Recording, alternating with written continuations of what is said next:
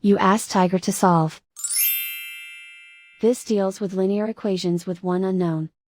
The final result is x equals 3. Let's solve it step by step. Group all x terms on the left side of the equation. Subtract 2x from both sides. Group like terms. Group the coefficients. Convert the integer into a fraction. Combine the fractions. Combine the numerators. Group like terms. Simplify the arithmetic. Group all constants on the right side of the equation. Add 4 to both sides.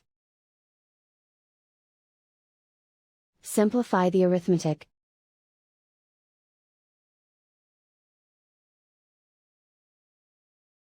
Isolate the x. Multiply both sides by inverse fraction 3 over -1.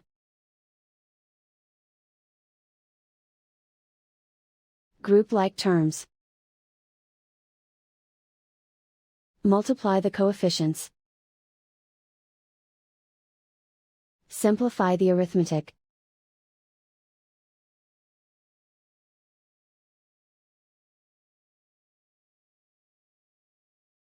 And so the final result is x equals 3.